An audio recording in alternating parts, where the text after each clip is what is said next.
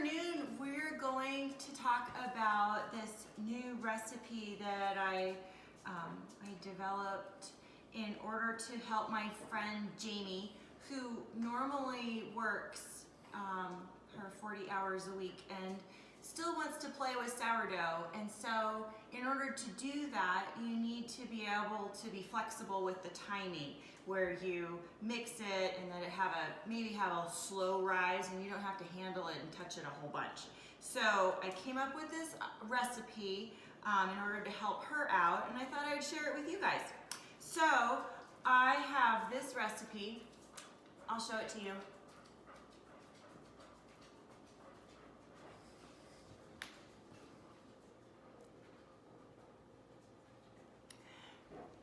I'll put it down below. Somehow I'm not super awesome at figuring out technical things on computers, but I'll figure out somehow to write it down for you so you can see it in print as well. Not this print, but that print. And so what I'm gonna do is I'm gonna take my starter, and I have, see, isn't it lovely? It got so excited. Polly just went bananas. I love it. It's so much fun. So this is a great time for me to go ahead and clean my jar and make sure that the rim is nice and clean and all of that. And even though there's like this crusty stuff, it still does okay in feeding the next round. So I'm just gonna take a little bit and stick it in. So you don't need very much starter in order to start a starter. Awesome. So this calls for about a cup of fresh starter, and I am horrible at measuring.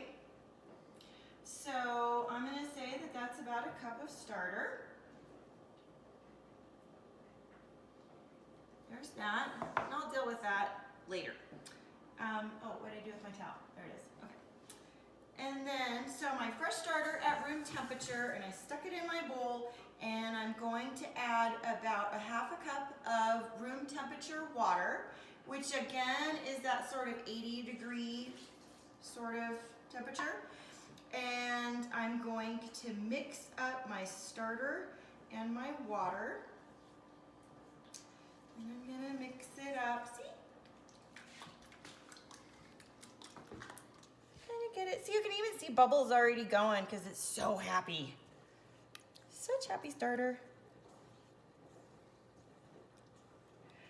Okay, and so then the next thing I'm going to put in is a couple of tablespoons of sugar. And if you're not a sugar person, you can use molasses or you can use honey, something like that. But this is going to feed the starter in the dough. It's food in the bread dough. So I'm gonna do a couple of fudgy tablespoons and a couple of fudgy tablespoons of oil. 1 tablespoonful, 2 tablespoonful. And I'm gonna mix that a little bit. And I'm going to take an egg and do an egg. And so I live at about 7,000 feet in elevation, and salt is not as salty at elevation to our taste buds. So I add a little bit extra salt because, well, I like salt. Plus, at elevation, it's just not as tasty. So if you've wondered before, if you're at elevation, why does your food not taste tasty? Add a little extra salt, see how it goes. So I'm using pink Himalayan salt, and my recipe calls for a 1/4 teaspoon of salt, and I'm gonna probably add just a little bit more just to make sure that it's nice and tasty. And then I'm gonna mix my egg in and the salt.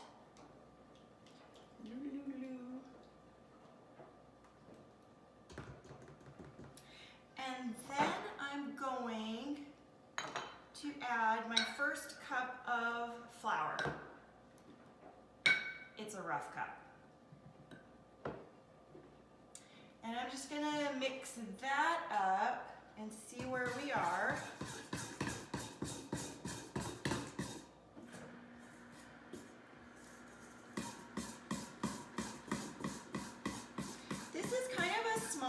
batch of hamburger buns. Last time I did this, it came out to about 6 or 7 buns, pretty good sized buns. Of course, it depends on how big you make your buns, but it's a relatively small batch. Because like I said before, my husband and I are empty nesters, and so we don't need a billion buns. So I make small batches, but you can feel free to double the recipe, because it'll work great. So I've put in 1 cup of flour, and oh, I could show you. It's kind of sticky, see? And really loose. So that looks great to start with. And I'm gonna add another 1/2 cup and give it a whirl.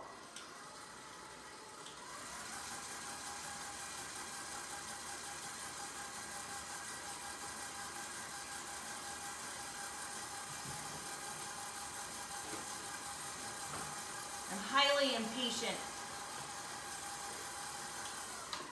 I hate waiting for it to reach the sides. So I like to mix it in.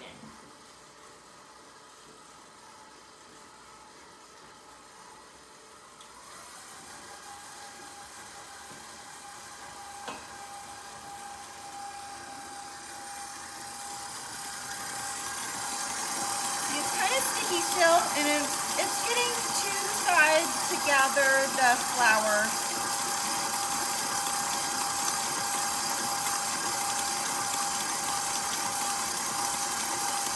It still looks pretty sticky, so I'm going to add 1/4 cup of flour just to see what it does. It would be funny if it poofed up at you.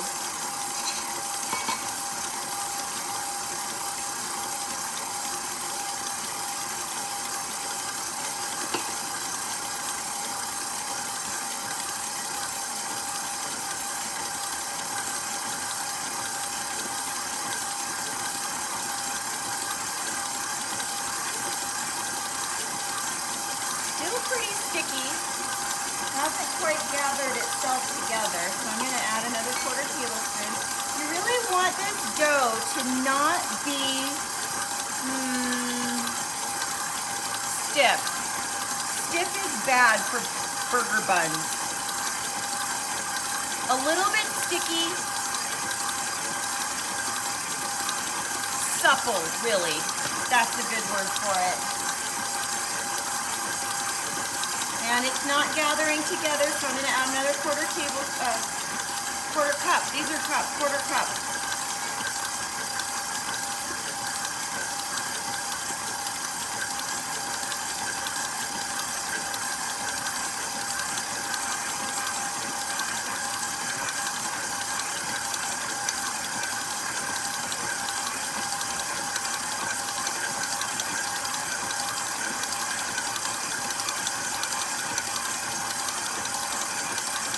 See how it's starting to collect together into a ball a little bit more?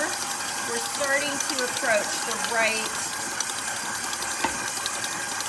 Slow it down a little bit. See, I said I'm very impatient.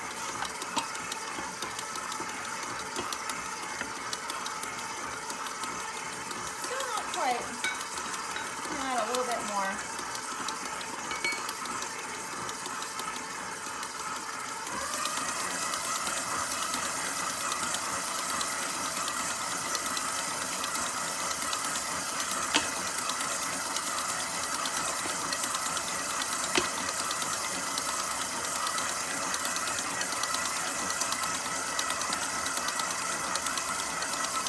Oh, that's exciting. It's starting to come together.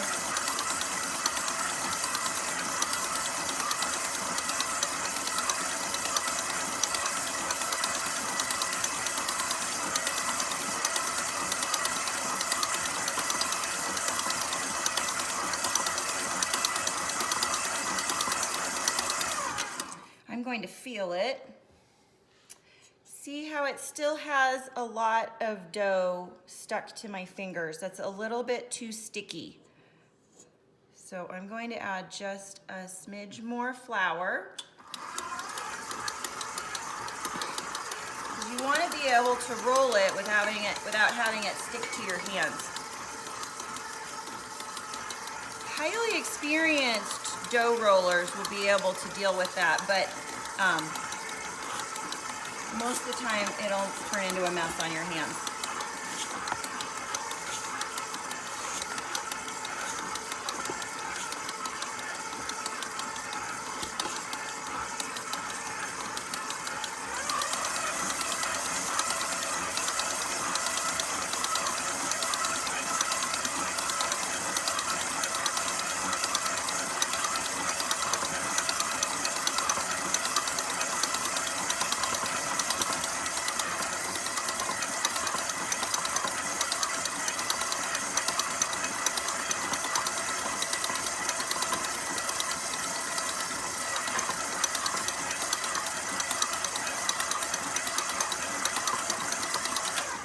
Before we get too far, I'm going to feel it.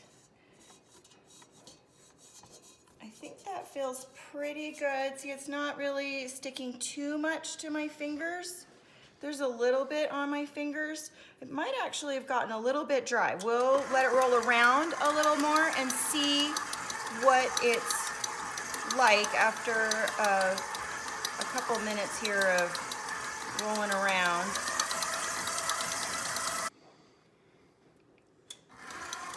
So I rolled it around a minute or two there. I didn't want to subject you to that, so I turned the camera off. But it's a little bit dry. It's not really sticking to my fingers at this point. So I'm gonna add just a smidge of water, and it's going to kind of get sloppy, and that's okay. When it gets a little sloppy like this, you let it roll around till it cleans off the sides of the bowl, and it's more likely that it's going to be the right texture. Don't get nervous. Don't put more flour in. Just give it a minute.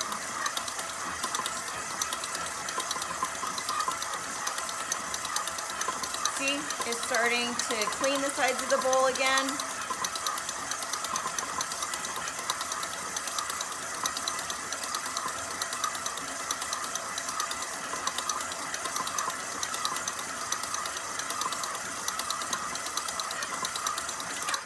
We'll see what that's like. See, it's a little bit stickier. See how it kind of pulls on my fingers? You want it to have a little bit of stick to it. Otherwise, your buns won't rise as abundantly, and that would be sad. So I'm going, oh, I forgot to get a bowl to rise in.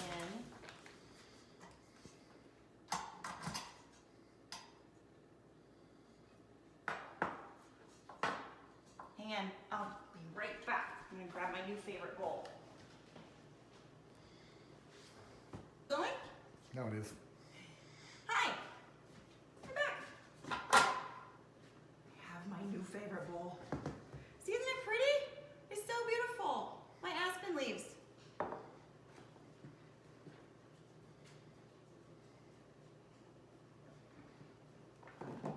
So see how it's not totally clean on the sides of the bowl. It's a little bit stuck to the bowl. That's okay. You want it to be just a little bit tacky so that your buns will rise nicely. We're going to form it into a ball and then smooth side down to coat it with oil and use the dough to coat the bowl. See, a little bit sticky, that's okay. That's good stuff. And then there's enough oil in the bottom of the bowl in order to keep the bottom of the dough from sticking to the bowl as well. So I'm going over here. Oh, you're gonna see in my messy drawers. Uh-oh. And I have an old bread bag, and I'm going to cover my dough, and I'm going to leave it here on the counter at room temperature for probably about 4 hours. It's going to be my guess, and it will have filled the bowl pretty well, probably crowning a little above the bowl, and then at that time we will shape the buns on a pan. And so I'll see you in about 4 hours. Hey, we're back after, I think it was about 3 hours and 15 minutes. Because my house is warmer now. I wanted to mention that I had my starter on the counter because it's kind of early-ish summer here in Colorado, and it's warmer in my house. So I don't really need to have the light on in my oven. I can just leave it out and it will volcano out. It's super awesome. In fact, I fed my starter from that little bit of starter, and it's already grown a bunch. It has a bunch of bubbles. It's pretty cool. And it's only been, actually I fed it a couple of hours ago, and it's already active, so that's super cool. So this bread has, as you can see, it has crowned over the bowl. It is beautiful. It's even beautiful in my aspen leaf bowl with the aspen leaves kind of sticking out a little bit. So I am going to take this dough out of the bowl, and it's not really even warm. It's just a room temperature dough. It is beautiful. It is, the texture of it is just so lovely. Oh my goodness, that feels so nice on my fingers. And so I'm going to take about the size of rolls that I want, and I'm gonna twist them off. We don't wanna stretch it because that breaks the glutens down, and we want it to all be in there. So we're gonna twist it and kind of snap it off. And we're gonna make however many buns seems appropriate. Looks like about 8. Then we're gonna roll these guys out. Ta-da! And we're gonna put them on our pan.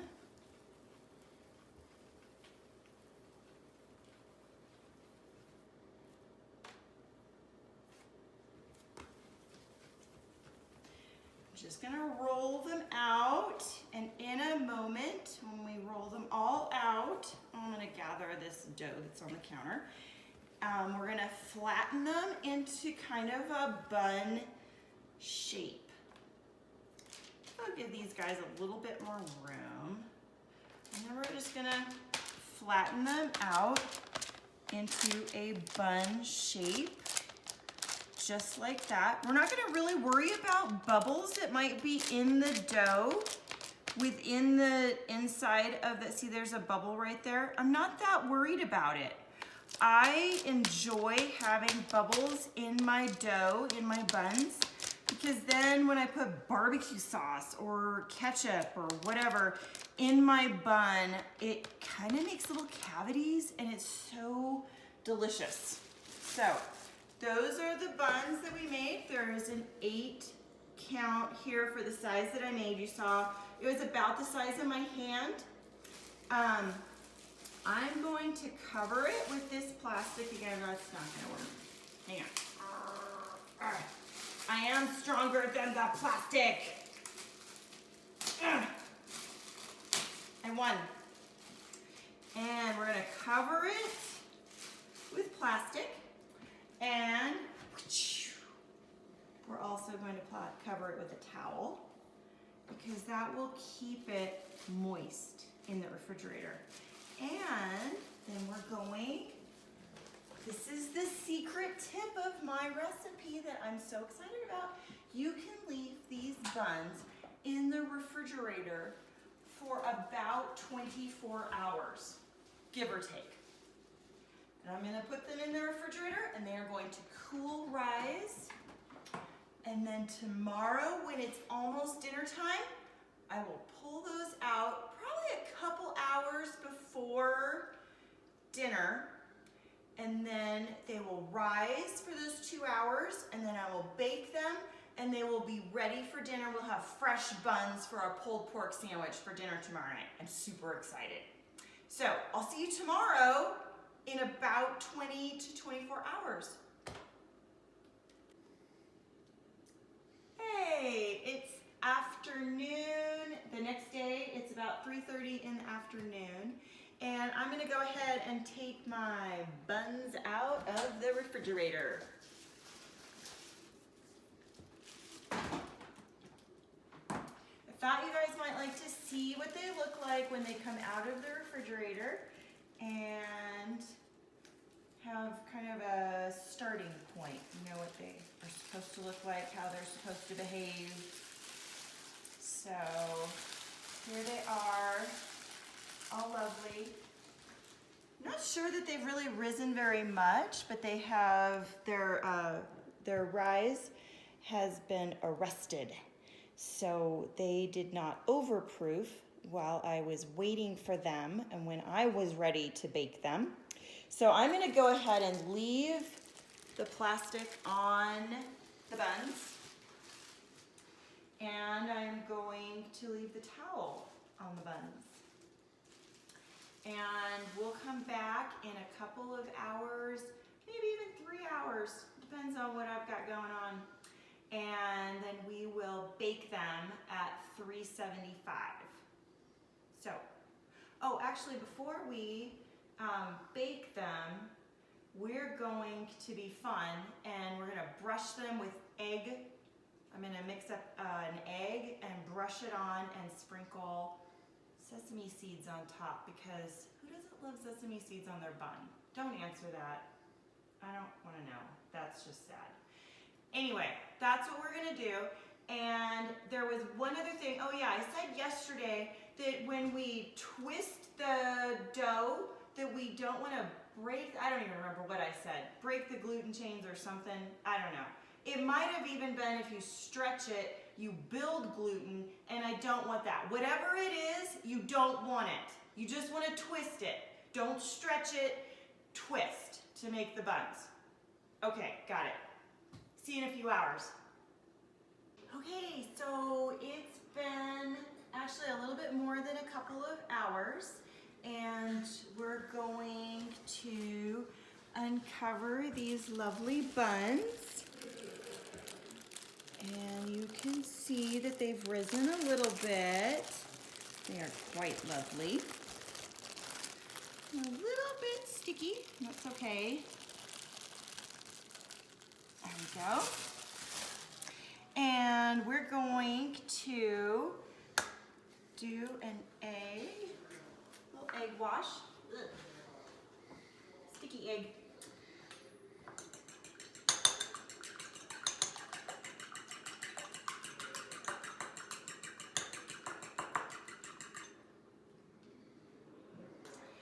And we will go ahead and brush these buns so they will be a beautiful golden color. Plus the sesame seeds will stick to the top. So it's a little bit like glue. And you could put sesame seeds on your buns, or you could use some of that everything bagel. It doesn't get too hot at 375. So it shouldn't burn them. Or you could just put straight salt, yum, on the top of your buns.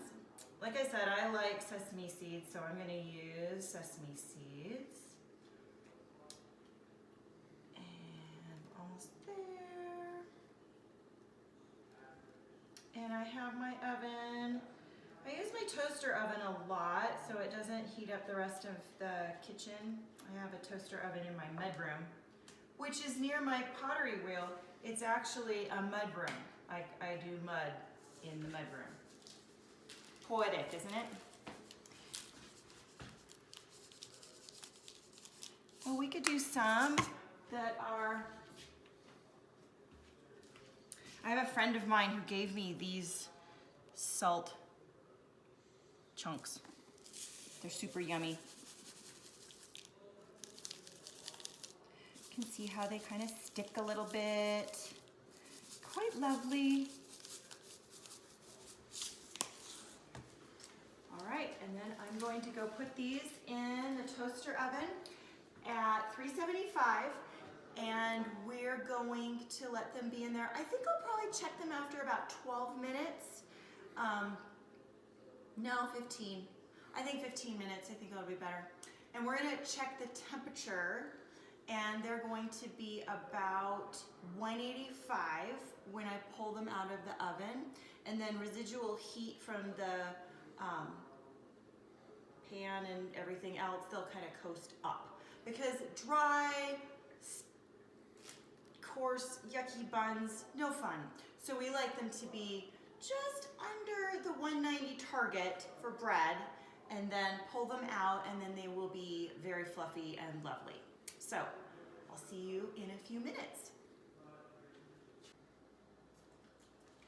Hey, actually about, I think it was 14 minutes went by, and they were at 185 at least. I yanked them out of the oven before I really finished. So I am going to take them off of the paper. See how they pull apart? Check that out. So my timer just went off on my phone and it totally shut off the video, which is hilarious. So in the midst of all of that, we didn't realize that it turned off. So I actually cut open one of these already. Check out how fluffy and delightful that is. See the crumb? It's beautiful. So, so this is a recipe that you can use. You can start it 24 hours ahead of time. You probably don't even need to put it in the refrigerator if you don't want to. But this was something that I tried to develop for my friend Jamie, who works a lot. And she wanted to be able to come home and make bread, but who can make bread in the amount of time that you get home from work? So, so this will help, hopefully, some of you as well, and you'll be able to have fresh hamburger buns for your beautiful pulled pork sandwiches or hamburgers or whatever you have. And I hope you enjoy it and that you had fun baking these with me. See you next time.